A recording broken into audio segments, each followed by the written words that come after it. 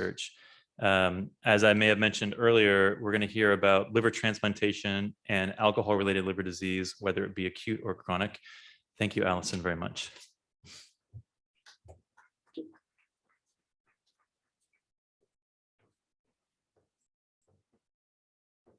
This goes this way. Perfect. Okay, so I am acutely aware that I'm the last one standing between you and awards and prize money and a raffle, and then it's followed by a few different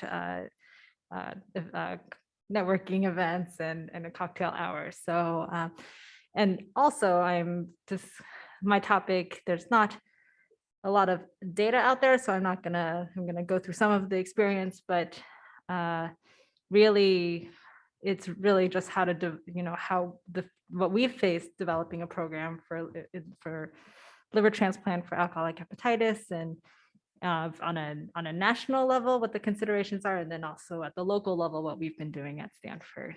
So we'll get started. So ALD, I think Robert has set us up really nicely as far as the urgency and the problem that we're facing, which is just more and more alcohol-related liver disease.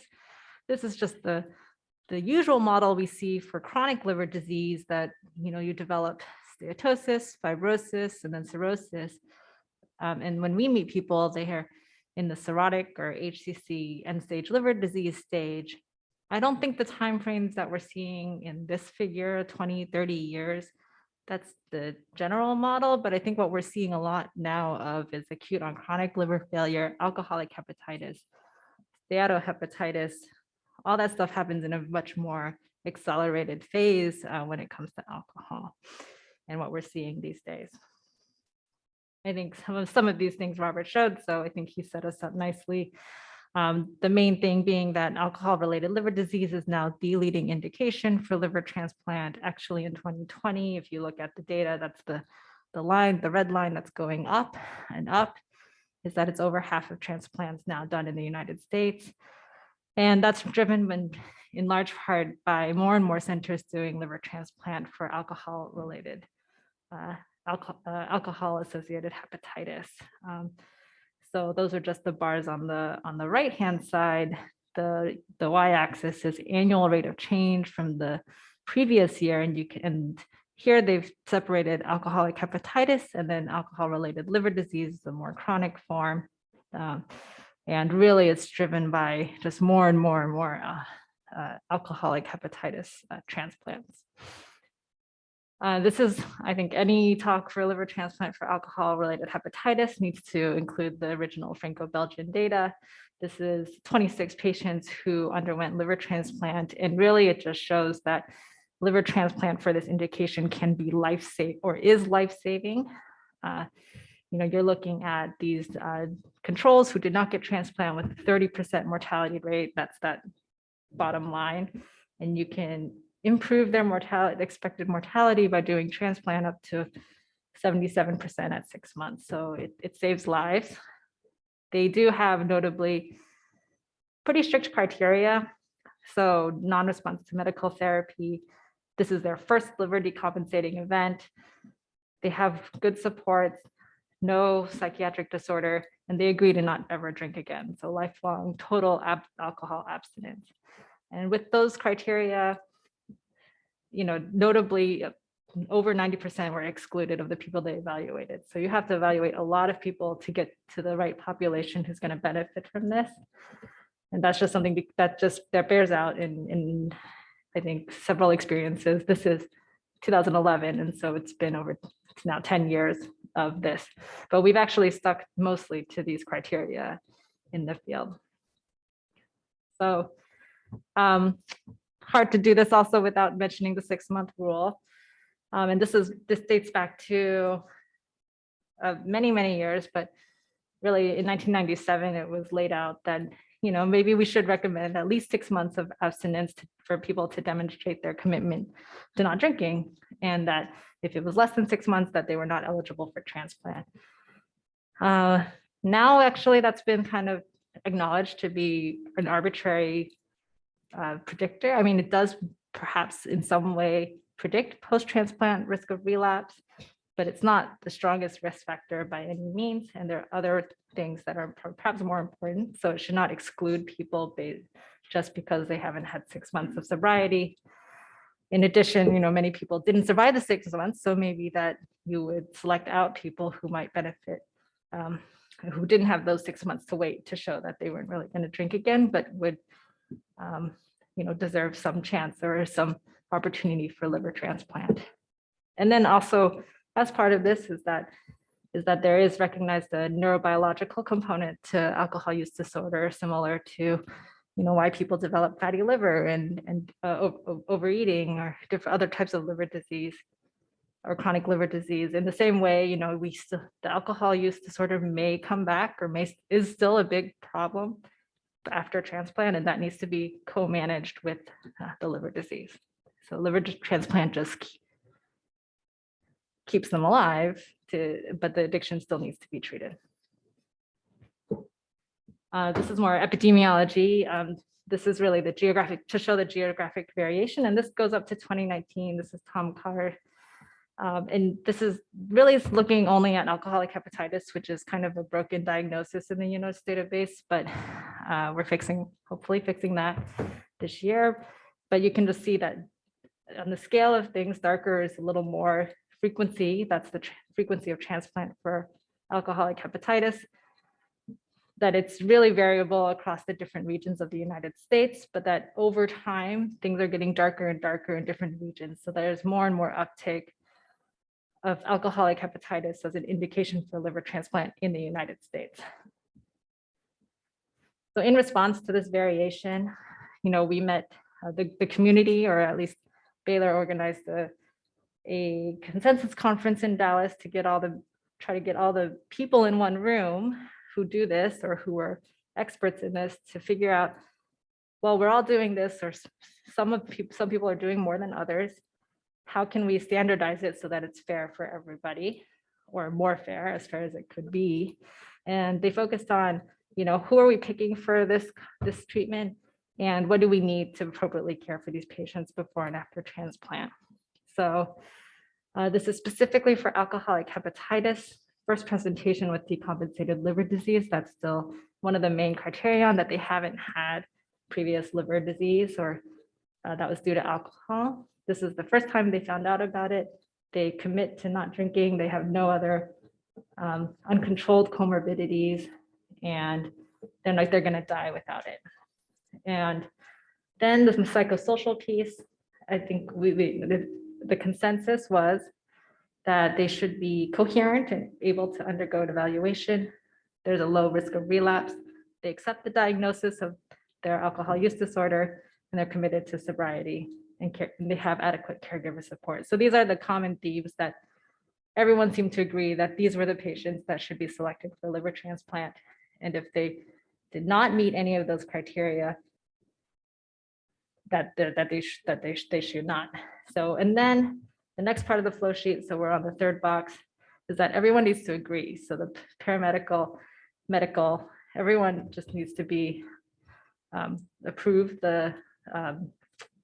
transplant, and that you come up with, and the last part is a post-transplant follow-up and management plan for alcohol use disorder, with the expectation that they could and they are at risk for relapse after transplant. So this is, we'll go into a little bit of the US experience, and then some of the considerations with the Stanford experience. But it turns out, actually, so we did a survey late last year of all the liver transplant centers in the United States. We got a pretty good response rate, about 80%. We are trying to publish this. So it turns out, actually, that 70% of transplant centers now have no sobriety requirement. So they do not have a 6-month rule. 21% still required 6 months of sobriety. And then the remainder requires something in the middle, or a little more flexible, like 3 months or something. 85% of centers actually reported doing transplant for severe alcoholic hepatitis. So, and most of these started within the past 5 years. So that's a huge sea change from anything the field had seen before. And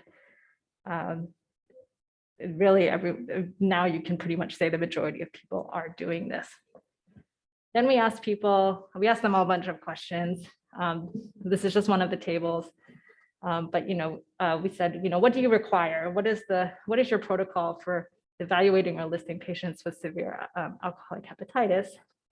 And we listed all the things and many of the elements in the consensus conference from Dallas, meaning, do they have to have adequate insight or adequate caregiver support?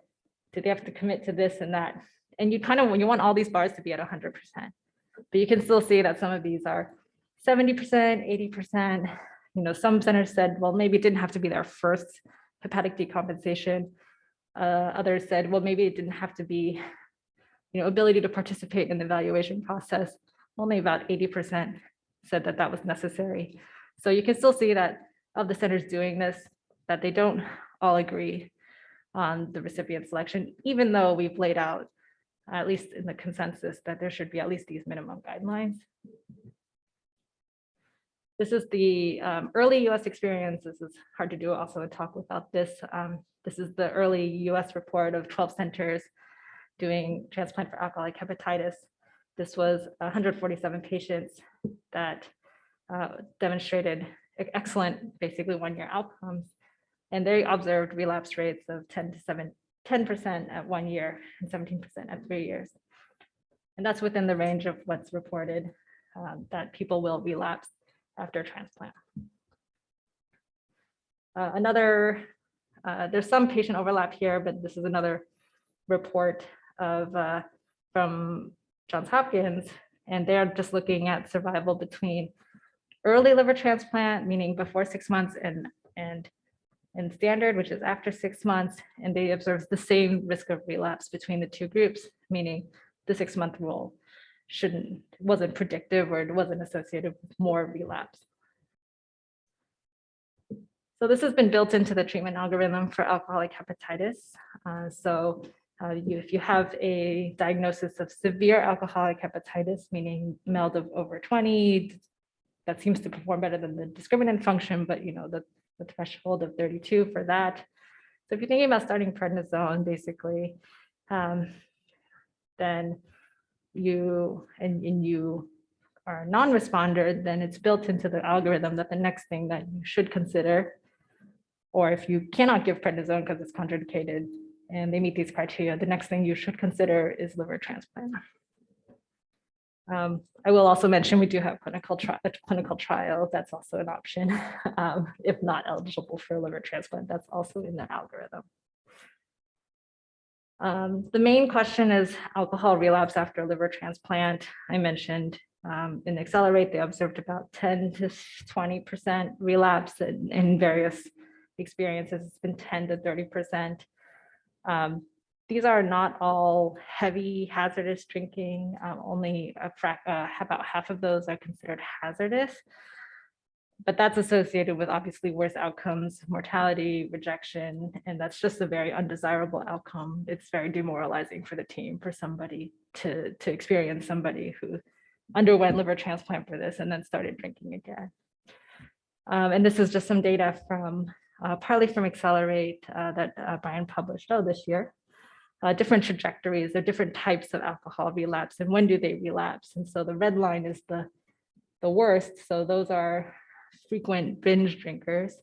There are others, the blue and green lines, a little bit less hazardous drinking. So later onset, maybe 3 years after transplant or slips here and there. But it's really the red line, obviously the more frequent or binge drinking that creates or is associated with the worst outcomes and can lead to graft loss. And obviously these patients are not eligible for retransplant. How do we predict alcohol relapse? There's various scores. I think it's mostly helpful to understand what goes into the scores because those are what's most predictive of someone relapsing. So if you encounter that if you look at the risk factors and you can go back and say, when you meet them pre-transplant, say, look, this person has a really high risk of relapse and these people are not the best candidates for transplant. So some of these elements are consistent across the scores. So a number of drinks a day, if they're drinking over 10 standard drinks a day, previous failed rehab attempts, they've tried to stop drinking before, but started again. Prior alcohol-related illegal issues like DUIs or affecting their work, other types of substance abuse, and psychiatric comorbidities. I did mention the 6-month rule was in some cases not associated, but in other series, it is a weak predictor. Again, these other elements seem to be more predictive and more important than the 6-month rule. I think I stopped the slide. How do I advance the slide?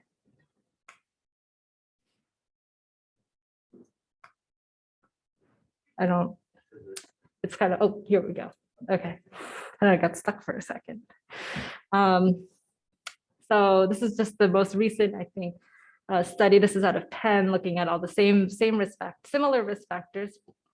I think a little bit cleaner, but so if they relapsed after, I think the top part just shows, you know, this one on the left is SIPAD. These are just how the scores perform. So if you pick an arbitrary score and say this patient's more likely to has a higher score, it is associated with a higher risk of relapse after transplant. The multivariable table below says these are the 3 most important risk factors, and yet did they decline to participate in alcohol treatment despite medical recommendations? That's a pretty strong predictor. Did they relapse after they tried to stop drinking before? And did they stop drinking when they were diagnosed with liver disease? So these seem to be, I like this one because these are pretty strong predictors of how they're going to do after transplant. But all the risk factors I mentioned seem to play into it, and that's what we consider as kind of a holistic looking at each of these elements when we consider patients for transplant. So I'll go, I see the timer too, it's very large. I have 3 minutes to talk about the Stanford experience. So this is Dr. Goyal at our centers really spearheaded this implementation of this in 2017, considering this was back when the 6-month rule was still pretty widely accepted. Although as we've seen, it's really changed for everybody in the past, for many centers in the past 5 years. So you'll see the same elements, and we tried to take all the elements from the consensus conference and from everyone else's experience to guide our protocols. So we will consider people who have a high risk of mortality without liver transplant in the next 6 months. This is their first hepatic decompensation, that they never knew that they had liver disease due to alcohol before. And they have a commitment to sobriety, both the patient and the family they live with, and that they will participate in alcohol rehab. So if they're not awake enough to say that or commit to that, we cannot evaluate them for transplant and all the other standard requirements that we require of everyone. What have we done? I think the last time we were at this meeting, we had done very few. I think in 2019, we had 8. And you can see, and this correlates with the pandemic, that we've done up to 40 in the past 4 years. We've had 121 referrals. I think that's all that's just recorded. That doesn't count all the phone calls we get. These are just the people who make it to our centers. So you can see that if there are probably many more in the denominator, but even if you make it into the door, only 1 in 3 chance that you'll actually be accepted as a candidate and meet all those criteria. The median, we were seeing a very young population, so 43 years old.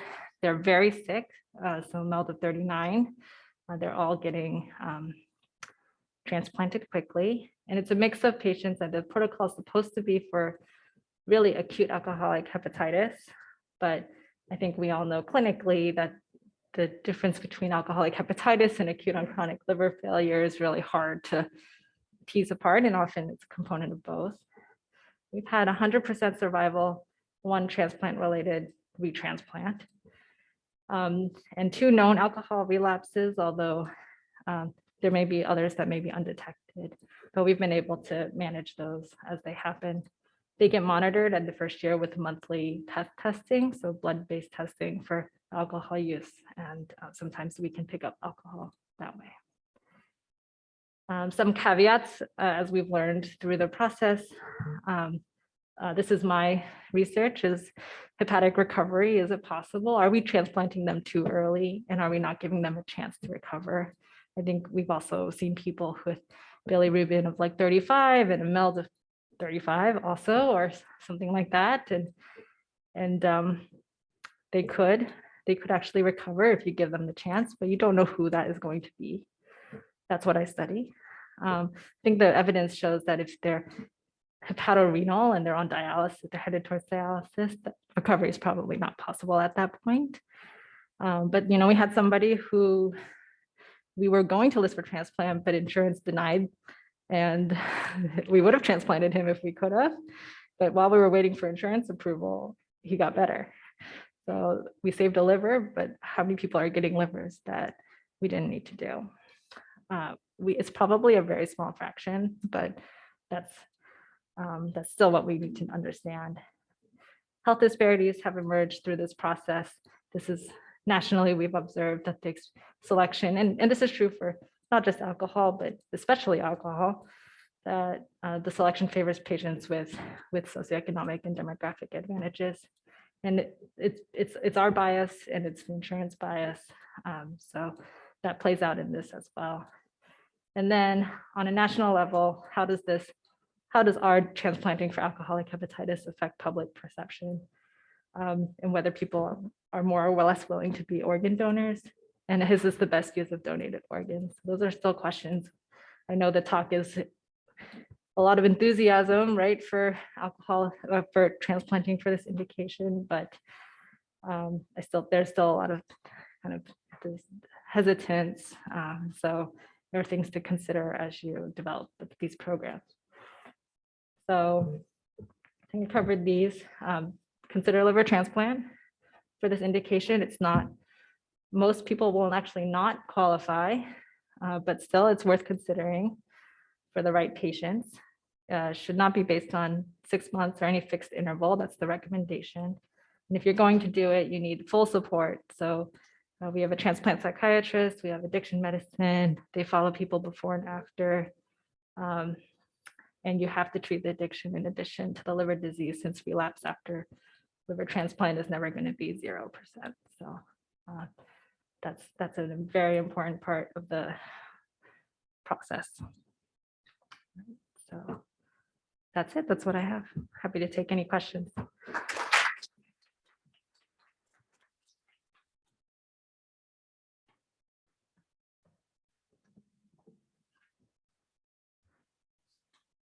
This is so great that I have a chance to ask all these questions. Thank you for that talk. I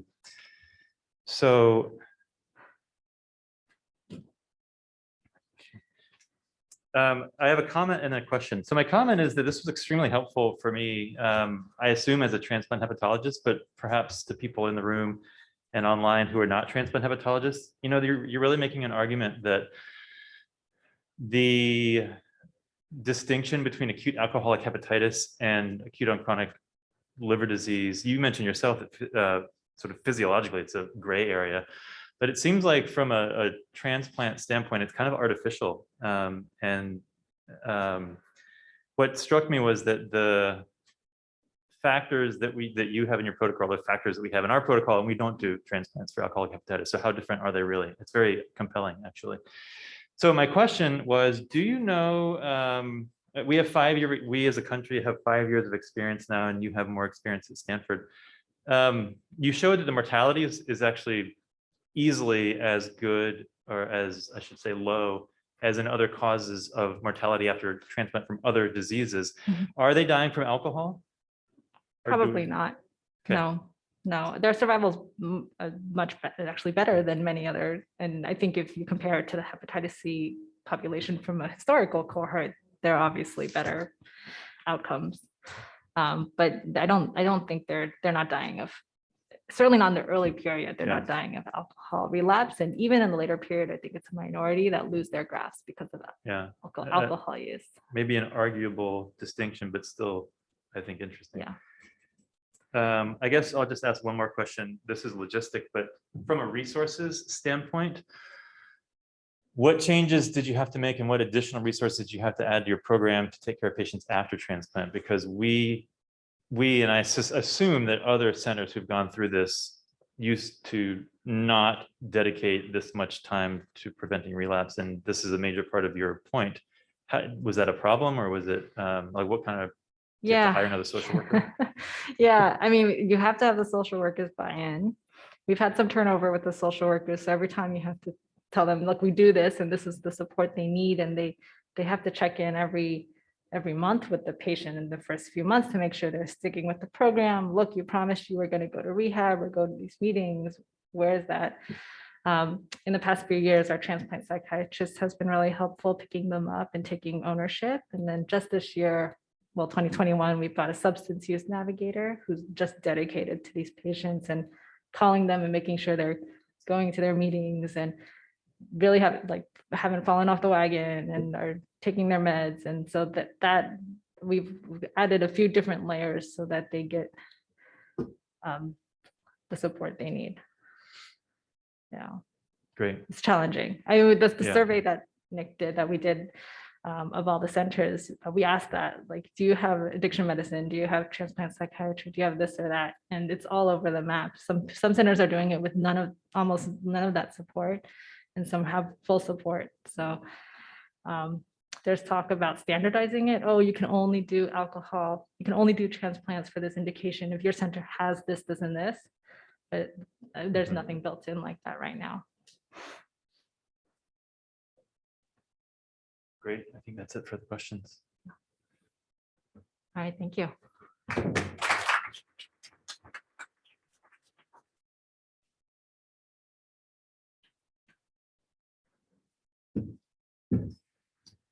All right.